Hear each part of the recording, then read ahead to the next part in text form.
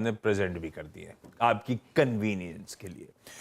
दिखाइए भाई आज सुबह का ट्यूसडे का मॉर्निंग पैनल आपकी स्क्रीन पे। अरे वाह, प्रोड्यूसर डायरेक्टर साहब पहले से ही पता था क्या मैं बोलने वाला हूं। सबके सब स्क्रीन पे आप सबको गुड मॉर्निंग। बस आ रहा हूं कुछ ही देर में, आज के टॉप कॉल की शुरुआत करेंगे, लेकिन पहले वीरू निफ्टी बैंक पे आते हैं। मोमेंटम कल, बैंक तो नहीं कहूंगा, शुरुआत में बैंक्स ने लीडरशिप जरूर ली, मोमेंटम को फाइनेंशियल से दरअसल ड्राइव करा। किसी एचडीएफसी की, जिस बजाज फाइनेंस, गजब के अपटिक्स थे, बैंक सपोर्टिव थे, इसमें कोई शक नहीं। बैंक्स प्लेस्ड बेहतर है निफ्टी से, ये क्लियर स्क्रीन पे नजर आता है। निफ्टी बैंक को अप्रोच कैसे करना है लेकिन? देखिए आशीष, इस 2 दिन की टर्बुलेंस में आप इसकी इसकी स्ट्रेंथ को इस बात से समझ सकते हैं कि इस इंडेक्स ने इवन अपने 10 डे एक्सपोनेंशियल मूविंग एवरेज को नहीं छुआ। कल हम क्या बात कर रहे थे सुबह आशीष, इसी वक्त ह्यूज डिफरेंस है between the price performance of bank Nifty and Nifty.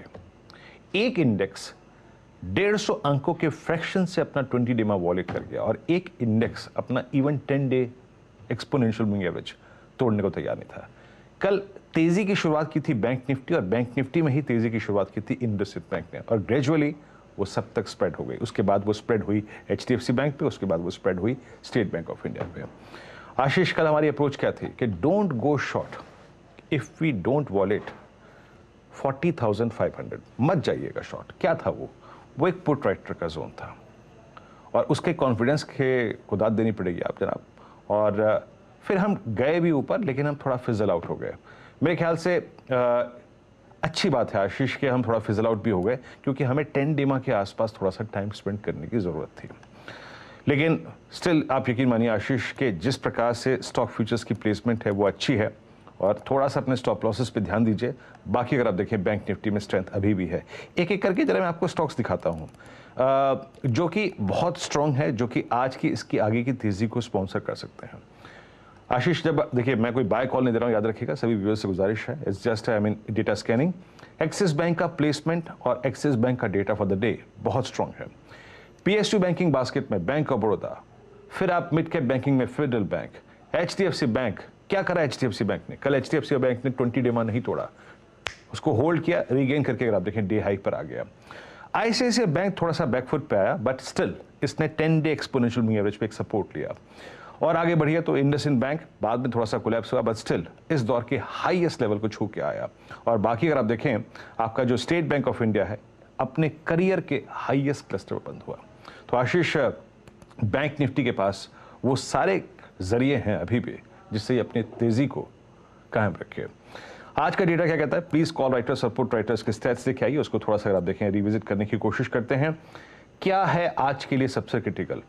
देखिए 2 चीजें हैं। कल हमने 40,500 पे सपोर्ट लिया, लेकिन आज के लिए सबसे महत्वपूर्ण क्या है? देखिए आज सबसे बड़ा कॉल राइटर खड़ा है करीब 41,500 की ट्रेजेक्टरी में, with outstanding OI of approximately 22,33,000, 22,34,000 के आउटस्टैंडिंग ओआई के साथ। मेहरबानी होगी अगर दिखा दें स्क्रीन पे, तो 41,500 की अगर आप देखें कॉल होल्ड करती है, और 42,000 की कॉल में लगभग 25,27,000 का आउटस्टैंडिंग ओआई है। ये देखिए, ये 2 कॉल्स बड़ा ओआई होल्ड करती हैं। और नीचे पुट्स में क्या है? अभी भी याद रखिएगा 40,000 की पुट, 16 लाख का एक बड़ा आउटस्टैंडिंग ओआई, लेकिन हमें सरोकार है 40,500 की पुट पे, जो कि करीब 13 लाख का आउटस्टैंडिंग ओआई होल्ड करती है।